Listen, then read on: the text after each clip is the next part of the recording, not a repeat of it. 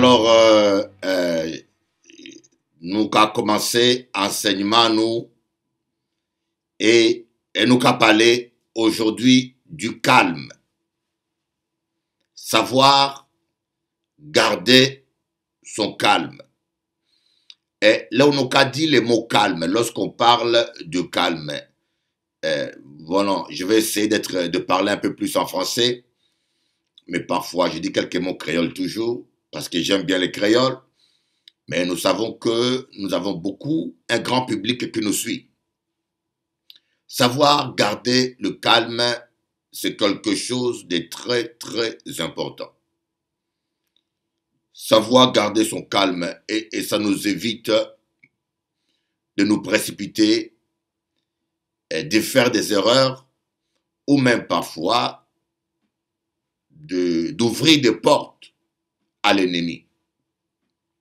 Lorsque nous parlons du calme, le mot calme ne peut pas être dissocié avec la paix intérieure. Vous allez constater quelque chose. Chaque fois que Jésus-Christ apparaissait aux disciples, après sa résurrection, il disait la salutation juive Shalom. Shalom veut dire que la paix soit avec toi. La paix, elle est très importante. La paix dans une famille, la paix dans le travail, la paix dans l'église et la paix en soi, la paix intérieure. Parce que là où il n'y a pas la paix, Dieu ne parle pas. Écoutez bien, bitin que Akadi. Et sans la paix, il n'y a pas de calme. Et ici, je parle du calme spirituel, parce qu'il y a le calme physique. Ce genre de calme que nous avons lorsqu'il n'y a pas du bruit dehors, ou par exemple, on dit c'est calme parce qu'il n'y a pas du bruit, ou parce qu'il n'y a pas du vent, il n'y a pas de désordre. On dit mais tiens, c'est calme. Là, c'est le calme de ce monde. Mais moi, je parle du calme spirituel. Le calme spirituel, ce calme-là ne peut pas exister sans la paix. Là où nous avons parlé du calme, automatiquement, nous avons parlé de la paix. Je vais vous lire ce passage. Dans Ésaïe, chapitre 30, le verset 15. Ésaïe 30, verset 15. En effet, voici ce qu'avait dit le Seigneur l'Éternel, le Saint d'Israël. C'est dans le retour à Dieu et le repos que sera votre salut. C'est dans le calme et la confiance que sera votre force. Mais vous ne l'avez pas voulu. C'est dans le retour à moi. C'est dans le retour à moi et le repos que sera votre salut. Après, deuxièmement, c'est dans le calme et la confiance que sera votre force. Mais vous ne l'avez pas voulu. D'abord, le vrai calme, elle est spirituel. Vous voyez, le vrai calme. Là où nous avons parlé du salut, nous avons parlé de la solution. Donc la première chose, pour vivre la solution, que cela soit pour votre vie, que cela soit en quoi que ce soit, vous devez d'abord retourner vers Dieu. Comme nous qu'a dit, vous réconcilier avec Dieu. Pour se réconcilier avec soi-même, on doit se réconcilier avec Dieu. Croyez-moi. Vous devez être en paix avec vous-même. Et vous savez, il y a des gens qui ne sont pas en paix avec eux-mêmes. Il y a des gens qui ne s'aiment pas. Il y a des gens qui se détestent. Il y a des gens qui se haïssent eux-mêmes. Mais la Bible dit, aime ton prochain comme tu t'aimes toi-même. Aime ton prochain comme tu t'aimes toi-même. Voyez, comment peux-tu aimer ton prochain si tu ne t'aimes pas toi-même? Comment peux-tu aimer? Si on dit aime ton prochain comme tu t'aimes toi-même. Alors, si tu te détestes toi-même, comment tu peux aimer ton prochain? Donc, la première démarche, c'est retourner vers Dieu. Et on ne peut pas s'aimer soi-même si on ne retourne pas vers Dieu. Si vous retournez vers Dieu, dans le retour à Dieu, est le repos que sera votre salut. C'est quoi retourner vers Dieu? C'est se réconcilier avec Dieu. Quand on retourne vers Dieu, Dieu nous guérit. Dieu nous guérit. Dieu nous révèle ce que nous sommes. Dieu nous révèle nos défauts. Dieu nous révèle nos qualités. Dieu soigne nos plaies intérieures. Dieu soigne nos plaies intérieures. Rappelez-vous le monsieur, le Samaritain qui était blessé dans la parabole du Samaritain. Lorsque on l'a ramassé, on l'a soigné. On l'a soigné d'abord avec l'huile. Et vous savez que l'huile qu'a représenté le Saint-Esprit. L'huile représente le Saint-Esprit. Voyez, l'onction de Dieu ne vient pas seulement pour nous parler des autres. L'onction de Dieu ne vient pas seulement pour nous révéler les problèmes des autres. L'onction de Dieu vient, l'huile, elle vient pour soigner nos propres plaies d'abord. L'onction vient faire un travail intérieur. Mais constatez bien comment la Bible, elle est précise.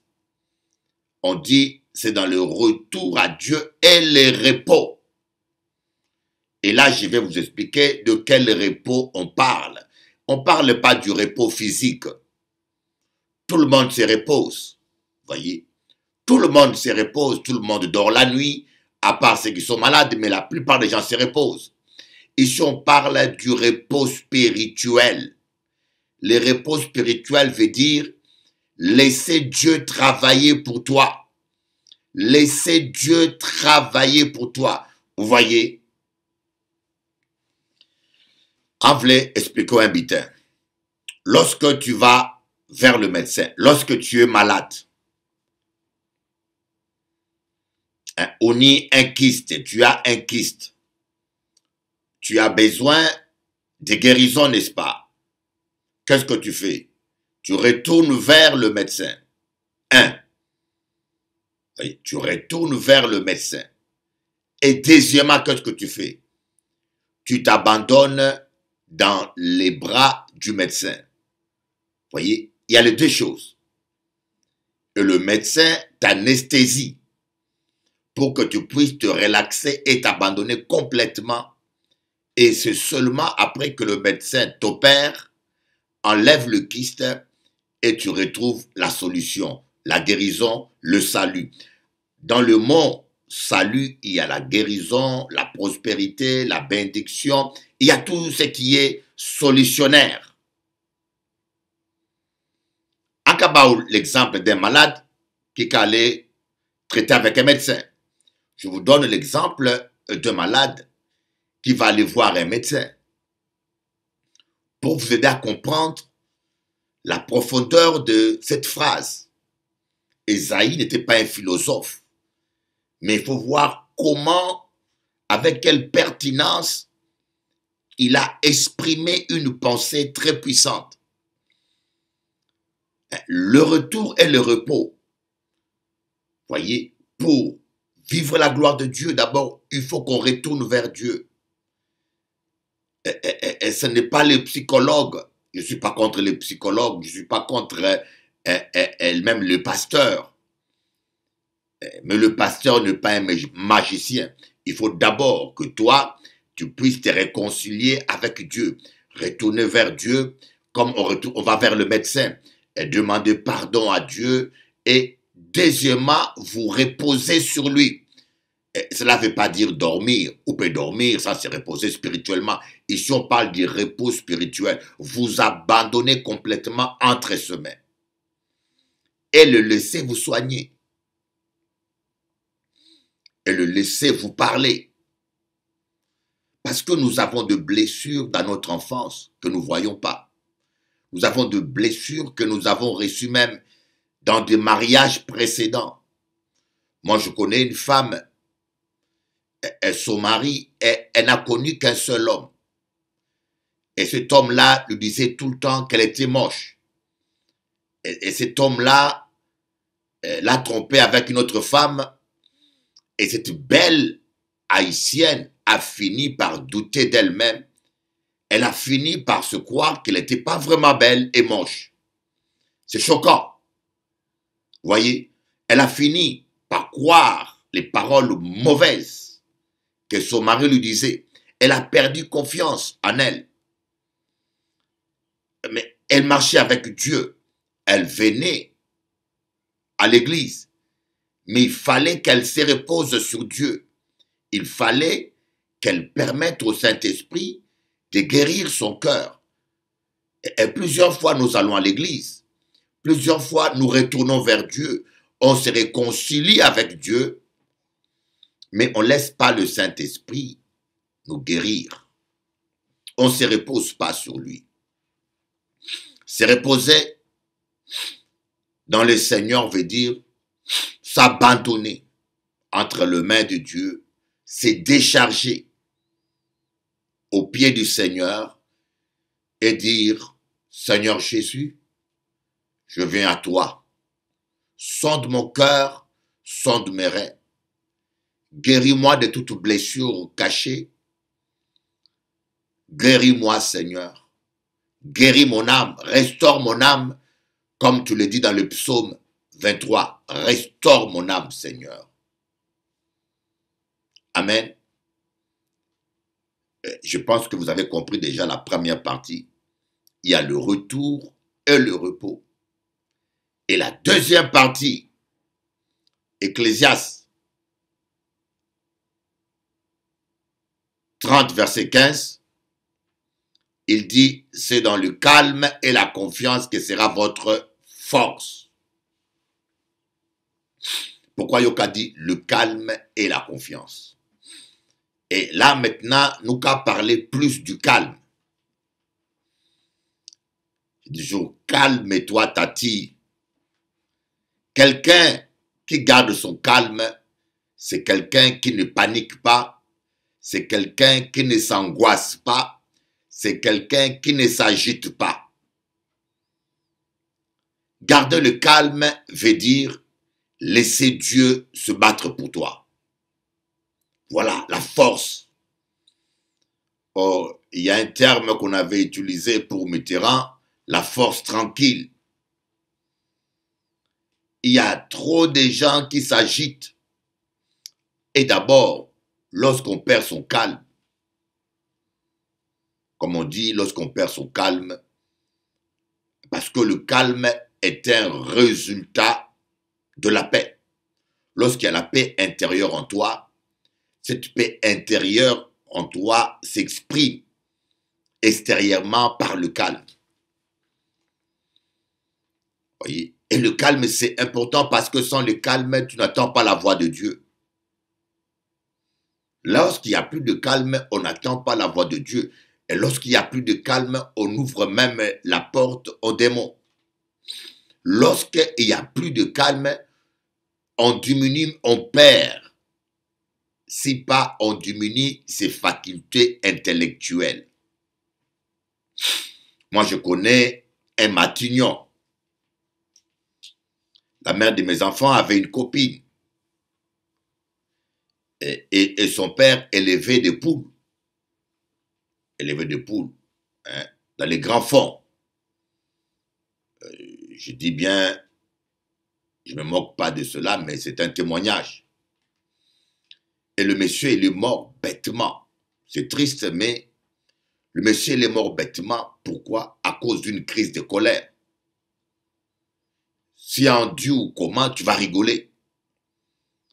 Le chien du voisin est venu attraper sa poule. Le monsieur élevait des poules. Le chien du voisin est venu dans son terrain pour attraper une poule.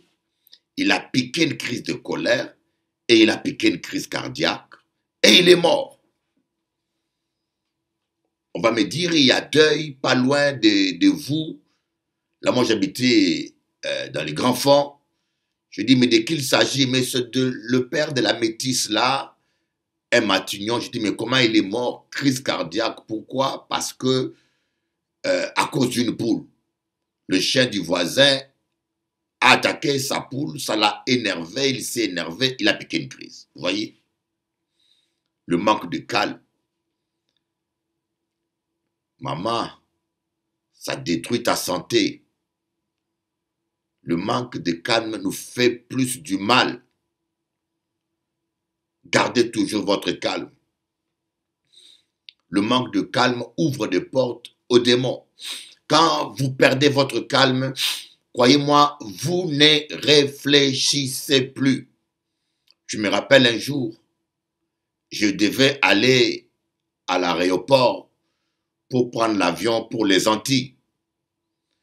Je me suis réveillé très tôt et il me restait très peu de temps quand je me suis rendu compte que je ne voyais plus mon passeport.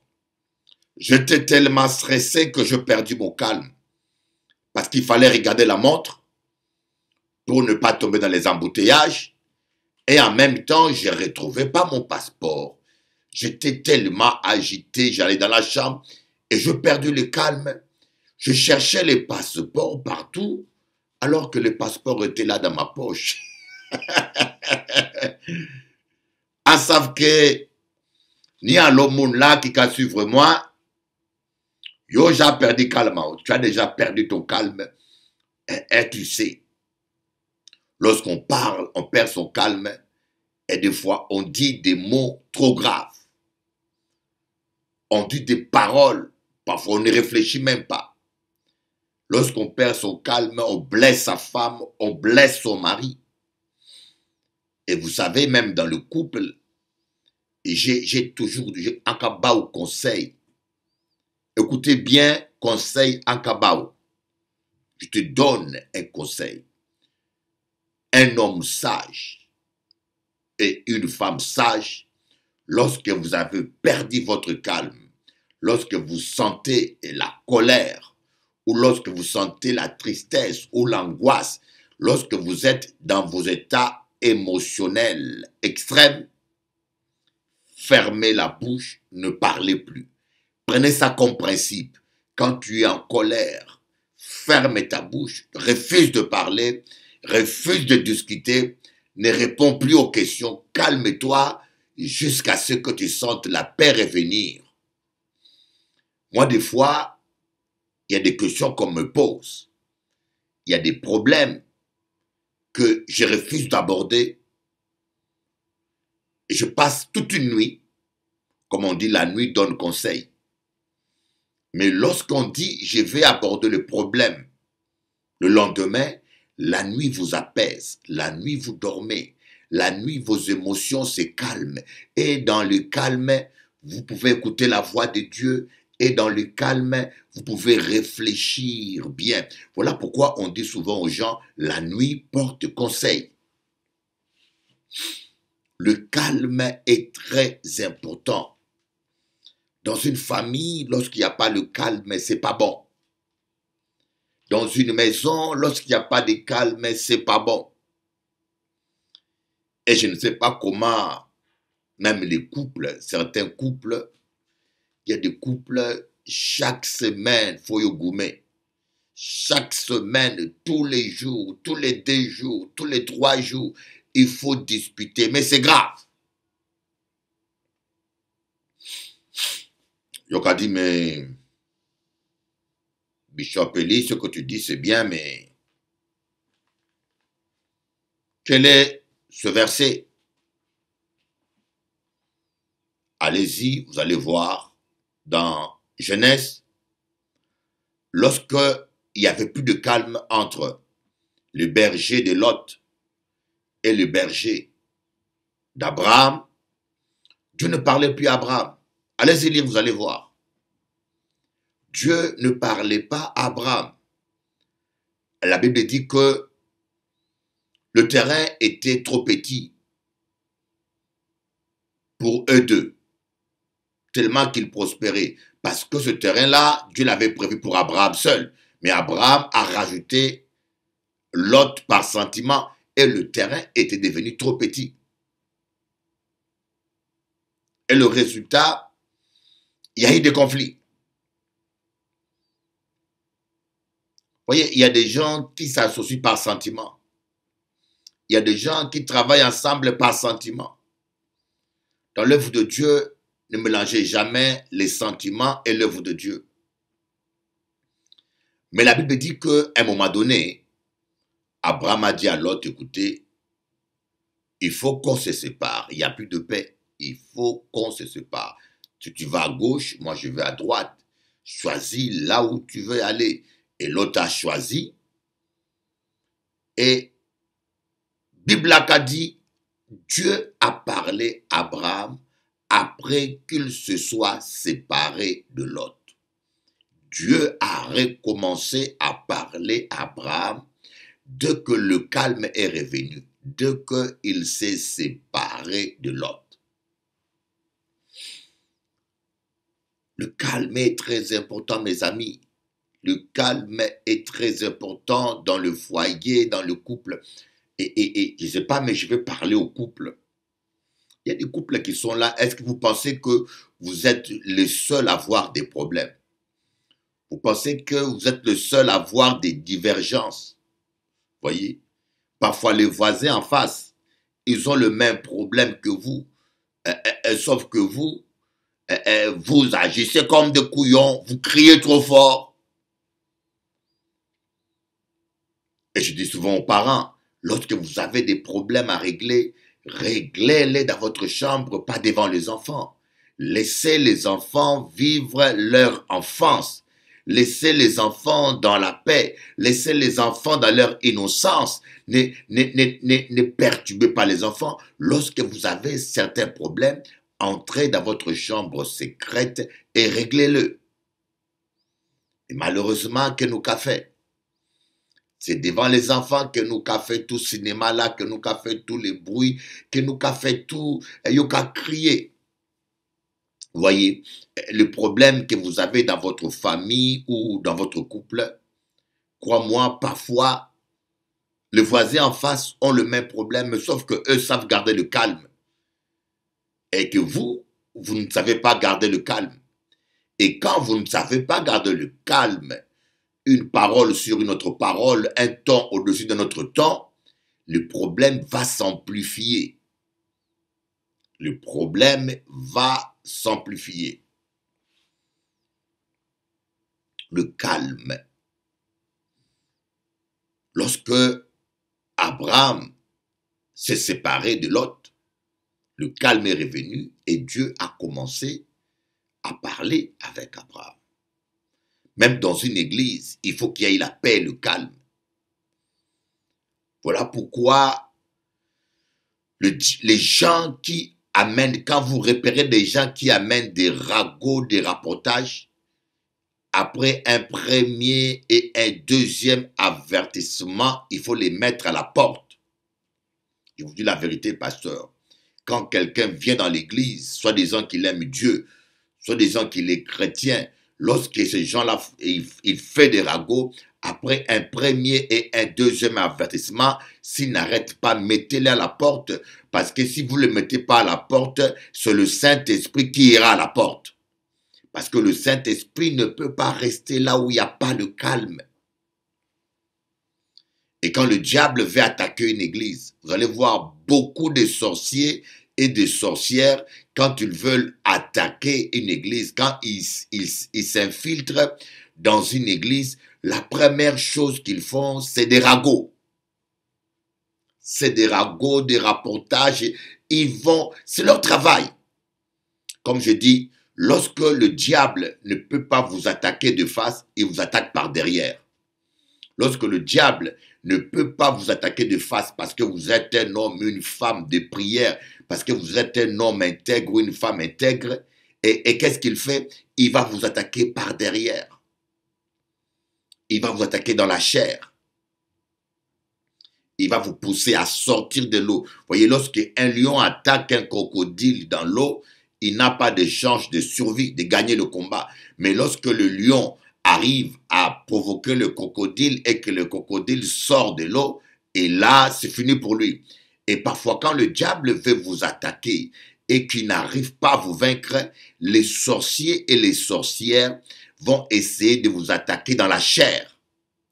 Et c'est la raison pour laquelle l'apôtre Paul va dire aux Éphésiens, le combat que nous menons n'est pas un combat charnel, mais le combat spirituel. Voilà pourquoi l'apôtre Paul va dire à Timothée, Timothée, combat les bons combats. Notre combat est avant tout spirituel. Vous n'avez pas affaire aux hommes, mais le diable manipule les hommes. C'est même la raison pour laquelle Jésus-Christ a dit, si quelqu'un prend ton manteau, laisse-le prendre. Ne perds pas ton calme, ne perds pas ta paix à cause d'un manteau. Laisse-le prendre, le manteau c'est rien. Dieu qui est avec toi peut t'en donner 10 autres. Autrement dit, encadrez ça autrement. Encadrez ça autrement. Si quelqu'un prend ton manteau, considère-le comme une offrande. Si quelqu'un prend ton manteau, ne te bats pas, ne perds pas ta paix, ne rentre pas dans le dispute, considère ton manteau comme une offrande, comme une semence que tu as donnée pour garder l'onction. Laisse-le prendre avec joie. Et tout ce que tu sèmes, tu le récolteras au centuple. Le diable sait bien que tu ne pars à un manteau près. Tout ce que tu perds pour Dieu, Dieu te le redonne au centuple. Mais lorsque quelqu'un prend ton manteau, tu refuses, tu te disputes avec lui, tu perds ton calme, tu perds ta paix. Amen. Et le calme marche avec la confiance. On garde le calme lorsqu'on ne s'agite pas, lorsqu'on ne se laisse pas emporter par ses émotions, par la colère, par la tristesse, par l'angoisse. Quelqu'un qui garde son calme, c'est quelqu'un qui ne s'agite pas et qui n'agit pas, mais qui laisse Dieu agir. Attends-toi à Dieu et il agira. Autrement dit, garde ton calme et Dieu agira pour toi. Je me rappelle bien de certains combats de catch. On va parler de ça. Il y a certains combats de catch où il y a une équipe de 4 personnes. Une équipe de 4 personnes. Mais dans le ring, il doit y avoir que 2 personnes qui se battent. Et lorsque les 2 personnes se battent, et si un des combattants est fatigué, il va tendre sa main vers son camp. Comme ça, l'autre le remplace pour se battre à sa place. Mais il ne doit pas avoir 2 personnes qui combattent contre un. Il faut qu'il y ait seulement 2 personnes qui combattent. Et c'est un peu ça les règles spirituelles. Ou c'est toi qui es dans les rings, tu combats, ou c'est Dieu qui combat pour toi. Dieu n'a pas besoin que tu l'aides. Et Dieu est jaloux de sa gloire. Ou tu laisses Dieu combattre pour toi, ou c'est toi qui combats. Lorsqu'on garde le calme, on laisse Dieu combattre pour nous. On fait confiance à Dieu. Voilà pourquoi on dit c'est dans le calme et la confiance. On ne peut pas garder le calme et croiser les bras si on n'a pas confiance que Dieu va se battre pour nous. Voilà, on dit c'est là où sera notre force. Parce que notre force est en Christ. Je prie tout par celui qui me fortifie. Ma force n'est pas en moi mais en Christ. Voilà, la force d'un chrétien c'est ça, c'est garder le calme et faire confiance que Dieu se battra pour vous. Je me rappelle toujours lorsque Lazare était malade. Quand tu lis l'évangile des gens, il y a vrai que lorsque Lazare était malade, Jésus a gardé son calme.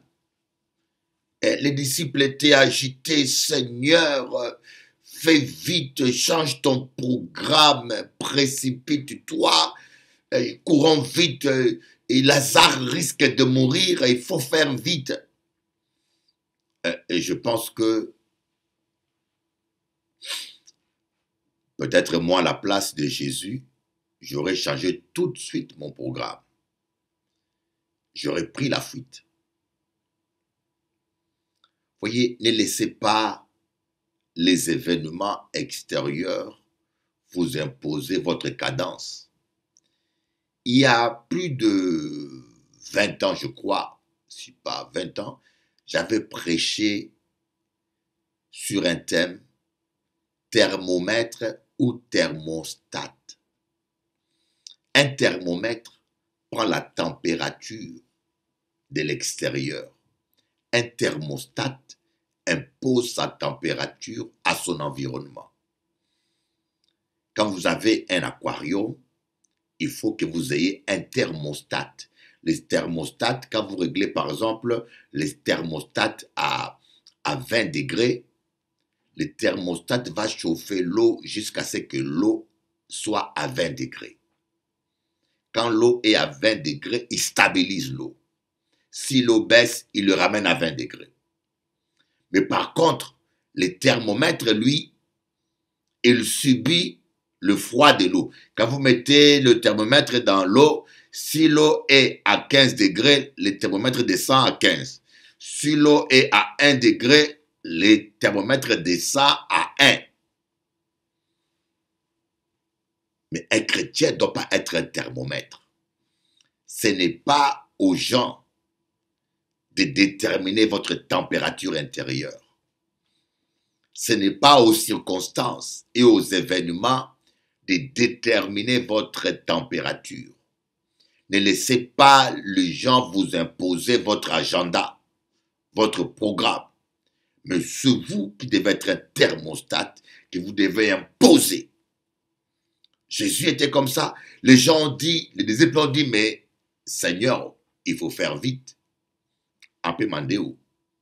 Si on te dit que ta mère est malade, gravement malade, si tu avais un programme où on te dit que ta femme est malade, je pense que tu vas tout de suite arrêter ton programme et courir. Des fois, on court comme des malades. Et des fois même, il y a un monde qui a brûlé feu rouge, feu jaune, qui a brûlé, qui a dit, c'est sauf qui peut. Mais Jésus, lui, il ne laissait pas le diable déterminer. Et parfois, le diable agite les éléments, agite la famille, peut attaquer l'enfant, peut attaquer la femme, peut même créer d'accidents pour vous empêcher de voyager. Il peut vous empêcher de voyager, pour vous bloquer. Des fois, tu as un programme. Moi, il m'est arrivé d'avoir un programme d'évangélisation. Quand je veux payer mon billet, quelqu'un tombe malade. Et tout ça, c'est les stratégies du diable pour m'empêcher de voyager. Et si je me laisse, je raisonne dans la chair, j'annule le voyage. Mais si j'écoute l'esprit, je veux prendre autorité et je veux continuer mon voyage. Nous ne devons pas laisser les gens nous imposer notre rythme. Jésus, lorsqu'on lui a dit que Lazare était malade, il n'a pas réagi, il n'a pas arrêté. Il a continué à faire ce qu'il avait à faire et il a dit cette maladie, c'est pour la gloire de Dieu. Amen. Ne laissons pas les hommes nous imposer leur programme. Ne laissons pas les hommes nous perturber. Ne soyons pas des opportunistes, des gens qui s'adaptent aux circonstances. Il fait froid, on met le manteau contre le froid. Il fait chaud, on met les tricots. Là, c'est comme des caméléons qui changent d'après l'environnement. Là, c'est bon dans le monde matériel. Mais dans les lois spirituelles, c'est vous qui devez changer les circonstances. Vous êtes un enfant de Dieu et vous marchez avec le Saint-Esprit. Vous vous adaptez à la température du Saint-Esprit et vous agissez parfois même à contre-courant.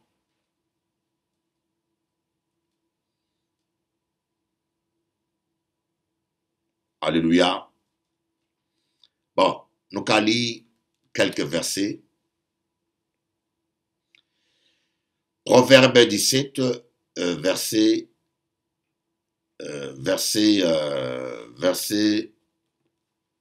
Proverbe 17, verset 27. Celui qui met un frein à ses paroles possède la connaissance. L'homme à l'esprit calme fait preuve d'intelligence.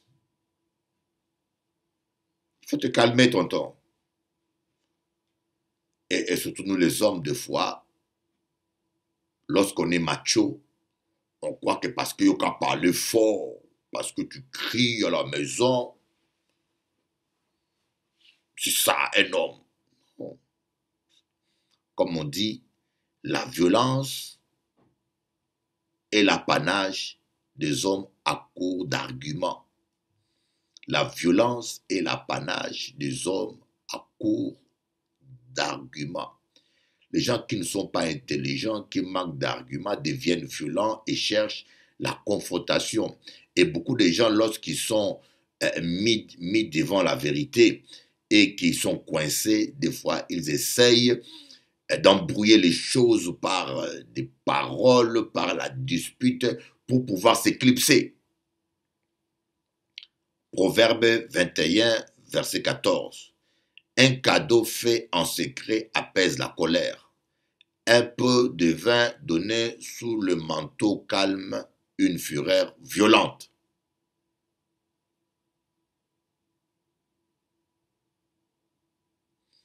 Ecclésiaste 10, verset 4. Si un dirigeant s'attaque à toi, ne quitte pas ta position, car le calme évite de grands péchés. Si un dirigeant s'attaque à toi, ne quitte pas ta position, car le calme évite de grands péchés. Un dirigeant peut être ta femme qui s'attaque à toi. Ça peut être ton mari qui s'attaque à toi. Ça peut être ton fils. Ne quitte pas ta position en Christ. Ne quitte pas ta position d'enfant de Dieu. Ne réponds pas insulte. Ah, je l'ai insulté parce qu'il m'a insulté.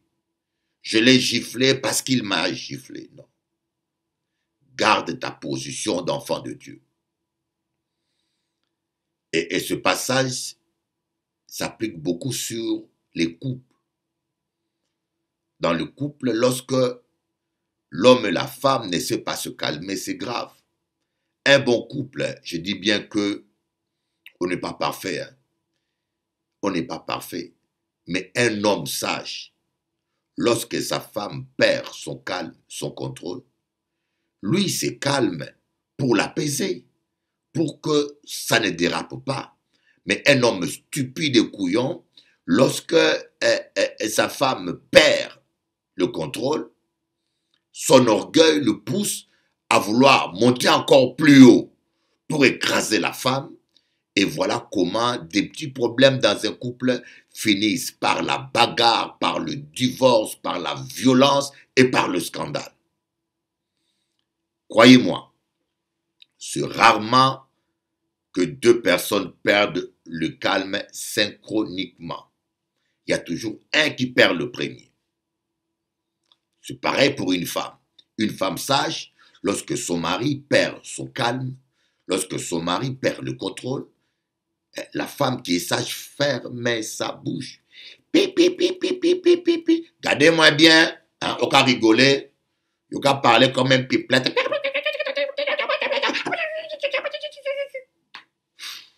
Mon Dieu. On dit une femme sage bâtit sa maison, mais celle qui est insensée, elle la renverse de ses propres mains. Il ne faut pas. Lorsque ton mari perd son calme, toi, tu es une femme sage. Ton mari perd le contrôle. C'est toi qui dois l'aider. Tu es inepte. Tu ne réponds pas. Tu attends qu'il retrouve son calme. Et là, vous pouvez parler. Pareil que l'homme. Si tu vois que ta femme perd son calme, même si elle hurle, elle monte sur toi, mets ton orgueil à côté. Mets ton orgueil à côté, garde le calme, ferme la bouche, attends qu'elle s'apaise et après, tu lui parles tranquillement. Si vous avez ça comme règle, vous allez voir que votre couple ira très bien. Peut-être vous aurez toujours le même problème, mais il n'y aura pas le même résultat. Vous éviterez les scandales, les bagarres, les bruits, choquer vos enfants, choquer les voisins. Non, tout le monde ne doit pas connaître vos problèmes. Et des fois, nous recevons des factures. Nous recevons des factures qui nous font perdre notre calme intérieur. Des fois, vous recevez des nouvelles qui vous font perdre votre calme intérieur. Moi, j'ai appris comme principe, lorsque j'ai une facture, lorsque j'ai un problème, la première chose, je me tourne vers Dieu. Je me tourne vers Dieu. Là, je parlais du calme dans le relationnel. Nous sommes d'accord. Je parlais du calme dans l'église, le calme dans le mariage, le calme dans la famille. Et lorsqu'il n'y a pas le calme, il y a les désordres, du bruit, Dieu ne parlait pas. Voilà pourquoi Jésus, avant de parler aux disciples, il disait toujours que la paix soit avec vous. Que la paix d'abord. Parce que sans la paix, on n'entend pas bien. Sans la paix, on est là à comprendre. Parce qu'on est agité. Maintenant, je vais vous parler, garder la paix intérieure devant des problèmes. Garder la paix intérieure devant des problèmes. C'est un secret. Hein? La Bible dit, faites connaître à Dieu tous vos besoins. Et la paix de Dieu qui surpasse toute connaissance gardera votre cœur en paix. On va voir ce verset-là. Philippiens 4, verset 6. Ne vous inquiétez de rien, mais en toute chose, faites connaître vos besoins à Dieu par des prières et des supplications, avec des actions de grâce, et la paix de Dieu qui surpasse toute intelligence gardera vos cœurs et vos pensées en Christ. Ne vous inquiétez de rien, mais en toutes choses, faites connaître vos besoins à Dieu par des prières et des supplications avec des actions de grâce, et la paix de Dieu qui surpasse toute intelligence gardera vos cœurs et vos pensées en Christ. Vous voyez? Donc, les inquiétudes fait que nos pensées deviennent captives à nos problèmes. Nos inquiétudes font que nos soucis, nos problèmes prennent le centre. Voilà pourquoi Dieu a dit, Jésus dit, personne ne peut servir deux maîtres à la fois, ou il haïra l'un ou aimera l'autre. On ne peut pas servir maman et Dieu en même temps. Et nous pensons souvent que l'idole, c'est seulement des statues. L'idolâtrie, c'est toute chose qui prend la place centrale dans votre cœur. Il y a des idoles abstraites, comme l'amour de l'argent. Et c'est la raison pour laquelle la dîme est un test qui nous permet de savoir la température de notre cœur. Si notre cœur idolâtre l'argent ou pas. Et lorsque on ne donne pas sa dîme pour une raison ou une autre, ça veut dire que quelque part, on aime son argent plus que Dieu. C'est l'une des raisons pour laquelle Dieu a instauré la dîme. Donc l'idolâtrie est toute chose qui prend le centre dans ton cœur. Et parfois les inquiétudes de cette vie, les factures, les impôts, toutes ces choses nous inquiètent et perturbe notre paix intérieure. Et lorsqu'il n'y a plus la paix en nous, on n'attend pas la voix de Dieu, on ne dort pas bien, on a des soucis et parfois on perd la joie, on devient anxieux. Alors, comment faire? Et des fois, on passe tout le temps à penser à nos problèmes. Au lieu d'adorer Dieu, de servir Dieu, on passe tout le temps. Nos pensées et nos cœurs deviennent captifs à nos problèmes.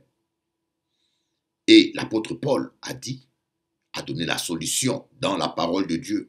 Pour garder sa paix,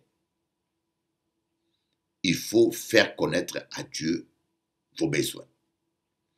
Vous allez dire, mais monsieur, Yoka parlait bien, seulement ça. Oui, seulement ça. Jésus a dit, venez à moi, vous tous qui êtes fatigués et chargés, et je vous donnerai du repos. Venez à moi, vous tous qui êtes fatigués et chargés, et en cabao du repos. C'est bon Dieu qui dit ça. C'est pas moi. Venez. Alors, voilà pourquoi il dit, la paix de Dieu qui surpasse toute intelligence. C'est inexplicable. Ça dépasse l'intelligence, ça dépasse notre compréhension. La paix de Dieu, elle dépasse notre intelligence et notre logique. Le fait seulement de faire connaître à Dieu vos problèmes, le fait seulement de vous décharger sur Dieu d'une manière inexplicable et parfois illogique, le Saint-Esprit met une paix à nous. Et cette paix-là permet que vos pensées et votre cœur soient gardés en Christ. Quand la paix vient, au lieu que vous passez toute la journée à penser à votre enfant, à penser à votre maman, à votre épouse. Moi, je connais une femme qui est jalouse, une femme qui était jalouse, angoissée dès que son mari sort de la maison. Et je vous dis, elle n'avait plus de paix. Elle perdait ses cheveux parce que son mari l'avait trompée et elle ne croyait plus à son mari. Elle s'est mise à soupçonner. C'est une torture, ça. C'est une torture. Hein. Le mari au travail, vous pensez qu'il est avec une autre femme. Le mari mange au restaurant, vous pensez qu'il mange avec une autre femme. Une femme qui était ici à Paris. Elle vit à Paris. Mais comment suivre un homme à Paris? Avec tous les métros, tous les RER. Et lorsque le mari revenait, elle n'était pas de bonne humeur. Elle deviendrait agressive, invivable. C'est une torture. Et je lui ai dit, ma soeur, tu finiras malade, dépressive, ou tu finiras par détruire ton couple. La seule chose que tu dois apprendre, laisse ton mari entre les mains de Dieu. Fais connaître à Dieu tes soucis. Dis, Seigneur, ce matin, je laisse mon mari entre tes mains, je te fais confiance, je te fais connaître ce problème. Et lorsque vous faites connaître à Dieu ce problème, vous lui confiez ce souci, automatiquement, le Saint-Esprit va venir mettre la paix dans votre cœur. Et une paix que vous ne pourrez pas expliquer. C'est inexplicable, mais elle est surnaturelle. Et cette paix-là vous gardera. Et au lieu de passer toute la journée à penser à votre mari, ou à penser, ou s'imaginer qu'il est avec une autre femme, vous passerez tout votre temps à penser à Jésus, à adorer Jésus, à louer le Seigneur. Donc, lorsque vous recevez des factures, c'est un secret qui est en cabao, un secret que je vous donne. Lorsque vous recevez des factures, la première chose, déposez-les au pied du Seigneur. Déchargez-vous. Jésus a dit, déchargez-vous sur moi et je vous donnerai le repos. Déchargez-vous. Faites comprendre à Dieu votre problème, votre souci. Seigneur, je te prie pour mon fils. Ça ne va pas, Seigneur. Je le laisse entre tes mains. Je te fais confiance, Seigneur. Je sais que tu feras quelque chose. Seigneur, je te laisse mon mari que tu m'as donné, mon épouse entre tes mains, Seigneur. Tu es au contrôle. Je te fais confiance. Tu ne me décevras pas. Ta parole me dit, tout ce que je te confierai, tu le feras. Tout ce que je demanderai, tu le feras. Protège mon épouse, protège mes enfants. Un exemple, tu es à Paris, des fois ton enfant est à Marseille. Comment tu peux le protéger? Tout peut arriver.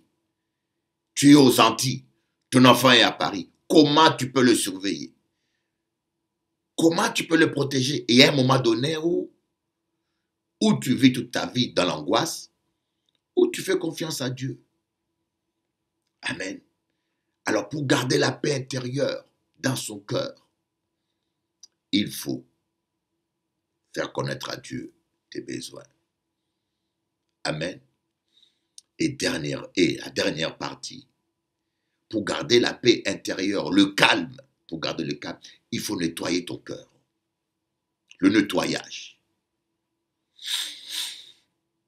En cas d'eau, dans une maison, il peut ne pas avoir des cuisines, mais il y a manger bien. Il y a acheter sandwich. Dans une maison, il peut ne pas avoir des salons, mais tu t'assois dans ton lit. Il y a des maisons sans salon. Hein. Dans une maison, il peut ne pas avoir des chambres, mais tu dors sur ton fauteuil. Mais dans une maison, lorsqu'il n'y a pas de toilettes, bon Dieu, bon Dieu, bon Dieu, c'est invivable. Il y a fait des affaires dans les sachets. Tati, avec trompette, là, on a fait bam, bam, bam, bam. Avec la trompette que a sonné là. Mais voisin qui a réveillé.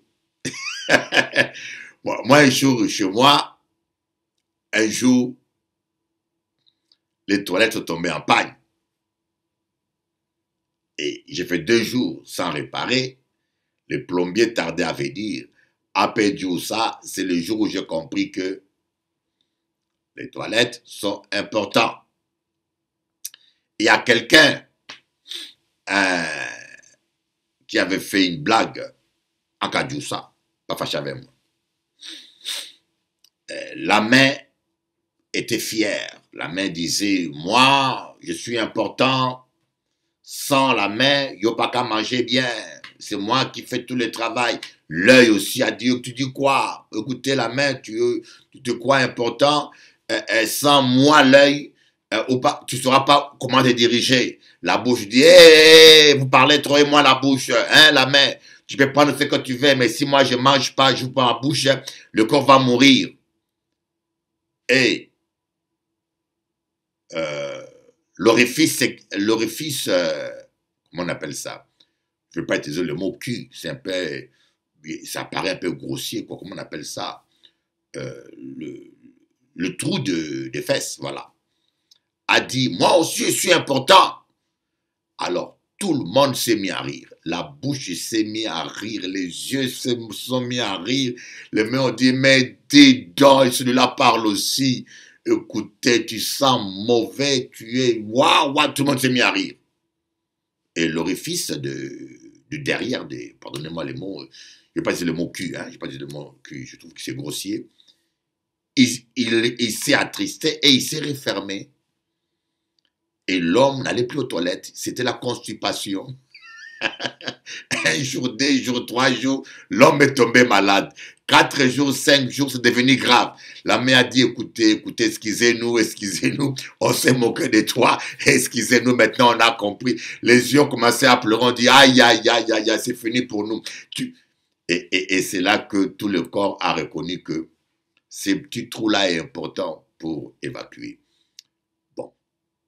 J'ai voulu vous répéter cette blague qu'on m'a fait un jour, qui m'a fait rire, mais sans utiliser le gros mot. Mais bon.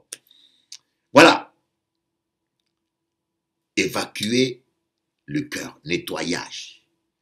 Si vous n'évacuez pas votre cœur, vous entassez l'amertume, vous entassez la rancune, vous êtes en train de vous empoisonner. C'est comme l'orifice, comment on appelle ça, l'orifice du derrière. Et si il n'évacue pas les excréments, c'est la constipation. En passant, si vous connaissez qu'est-ce que c'est que la constipation, moi j'ai déjà été constipé, je te le souhaite pas. Ah! Et il y a des chrétiens constipés, il y a des chrétiens qui sont spirituellement constipés. Ils évacuent pas leur cœur. Tu ne peux pas avoir la paix, tu ne peux pas avoir la joie de vivre. Tu ne peux pas parce que le cœur est rempli. Il faut nettoyer ton cœur. Que Dieu vous bénisse. À mes autres. À bientôt. Nous sommes à la fin de notre émission. Nous qu'à prier. Moi, je reçois beaucoup de témoignages de gens qui sont guéris, qui ressentent la présence de Dieu, la puissance de Dieu dans leur maison. Beaucoup de gens m'écrivent et qui me disent vraiment comment ils sont bénis par ces prières. Répète cette parole avec moi. Seigneur Jésus, je demande pardon pour tous mes péchés, pour tous mes péchés. Je t'accepte comme mon Seigneur et mon Sauveur personnel. Je t'accepte comme mon Seigneur et mon Sauveur personnel. Prends la direction de ma vie. Prends la direction de ma vie. Merci pour le pardon. Merci parce que tu m'as pardonné. Donne-moi maintenant le Saint-Esprit. Donne-moi maintenant le Saint-Esprit. Ce soir, je dépose mes fardeaux à tes pieds. Ce soir, je dépose mes fardeaux à tes pieds. Ce soir, je te fais confiance et je garde le calme. Amen. Et ferme tes yeux, je vais prier pour toi maintenant. Koraba shendere bakoro baba yara baba shindoro bakaba baba yondo. Sarababa yondoro kandara mana yekarababa shikoro baba. Au nom de Jésus. Au nom de Jésus-Christ, le Fils de Dieu. Écoute-moi, démon. Je prends autorité sur toi, esprit d'épilepsie, esprit d'insomnie, esprit de cancer, esprit de maladie. Je viens prendre autorité sur toi. Je viens te montrer les lieux arides. Je te chasse du corps de mon frère. Je te chasse du corps de ma sœur. Au nom de Jésus, toi, esprit de sorcellerie, oh, toi, esprit de sorcellerie, tu as été envoyé pour détruire ce couple, pour détruire ce mariage, pour détruire cette femme, pour détruire cet homme, pour détruire cette famille. Je prends autorité sur toi maintenant, dans le nom tout-puissant de Jésus. Écoute-moi, démon. Jésus-Christ m'a donné le pouvoir sur toi. Ce que je lis sur terre est lié dans les cieux. Voilà, je viens maintenant te lier. Rekamashindoro. Dans le tout-puissant nom de Jésus, je te lis et je t'envoie dans le lieu aride. Et tu dois obéir. Tu vas maintenant dans le lieu aride. Je prends autorité sur toute présence occulte, toute puissance occulte dans cette maison. Tu es lié maintenant au nom de Jésus. Tout esprit de maladie est lié, vaincu. Sois guéri. Sois guéri. Reçois ton miracle. Et reçois maintenant l'onction. L'onction descend maintenant sur toi. Reçois l'onction, oui, oui. Reçois maintenant l'onction. Dans le nom de Jésus. Si quelqu'un tombe ou si quelqu'un vomit, ne paniquez pas. Soyez bénis et à bientôt. Venez ce dimanche, je vous attends.